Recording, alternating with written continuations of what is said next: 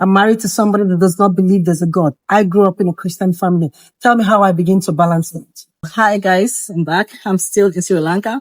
So Jay, nice to meet you. Nice to meet you, Claudia. Yeah. So introduce yourself. Well, I'm Jane, as she said. We've been long-time friends. We've known each other for a long time. I'm a mother to 3 children and currently working as a grant manager in a climate foundation. Okay. So Jane, I go around asking people about marriage, relationship because I love love, So happily married, what's that for you? That's a very loaded question. Happily married for me means being with my person, means love, means respect. Happily married for me is my children. Happily married for me is my friends, which are very integral to my marriage and my relationship because I learned from all of them. So happily married for me is all that package. It's being with a man that loves and respects me.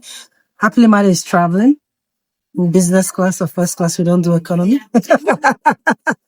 So happily married is a combination of all that for me. Okay. Yeah. So knowing that you're interracial marriage, I know I do with interracial marriage mostly. Yeah. Because that's what I am. And how would you like, some people said being married to someone from a different culture is difficult, getting to know that person's culture, to get into that person's life, and then how does it affect you as a person? Well, interracial marriage is way beyond cultural shock because it's a combination of, everybody talks about cultural shock, but you do not understand what it is till you're with that person. In the beginning, it's just the two of you. And then you move to Europe or wherever in the world with this person. And then there's so many different things. It's not just the shock of being married to a white and you're black and then you have kids. Then it's the family. It's the language. It's the people around that accept and those that don't accept. So for me personally, it was difficult. But I persevered. Again, like you have said, what does being married mean to me? That love, that respect, that key, having children together and having a supportive network of friends made it doable for me. And a lot of the friends, and I don't know if that's a coincidence, but a lot of my friends are in interracial marriage also. So maybe you kind of, without realizing it, you start drifting to people in the same situation. And so having those people as my close-knit community has also helped me deal with it. I just realized I'm not unique.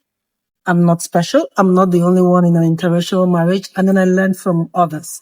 And by doing that, I have kind of used it to balance the positive and the negative of being in an interracial marriage. It's not all that it's cut out to be. It is hard work because you're meeting, even when you're even married to somebody from the same cultural background, it's difficult. So imagining an interracial marriage, you're adding an extra layer of complexity. Yeah. I'm married to somebody that does not believe there's a God. I grew up in a Christian family.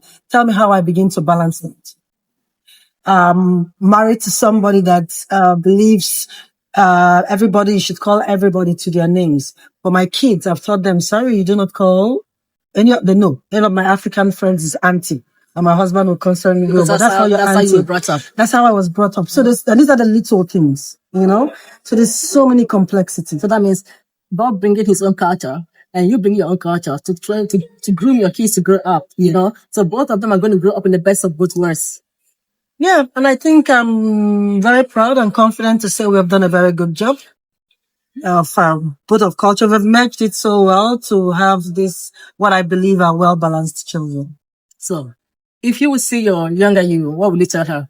Flowing from what you know now, what you've experienced now in life, your growth as a person and in marriage and knowing the world in a different dimension. So when a younger you stand in front of you, trying to go to that part you went through and then reaching where you are today, what will you tell her? So the first message I would say to my younger men is you're an Amazon, you're a fighter, because I'm a fighter, I'm a survivor.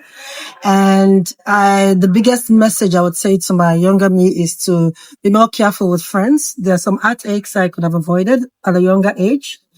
But nobody taught me how to say no. how to be selective, how to put myself first. So I'll tell my younger first to put myself first. Okay, Self-love. It's important. Self-love is You have to balance it out. And that's something I did not know how to do. I gave and I gave and I gave. But again, nobody taught me how to So you learned balance it after out. some years, you learned that actually I have to put myself first because you came with experiences, what you've learned in life. Okay. So what will you tell them? Someone who is who you see actually going through that path that you went through, and what would you advise that person? My advice would be fierce, be confident, don't be embarrassed to say this is what I want. Do not settle.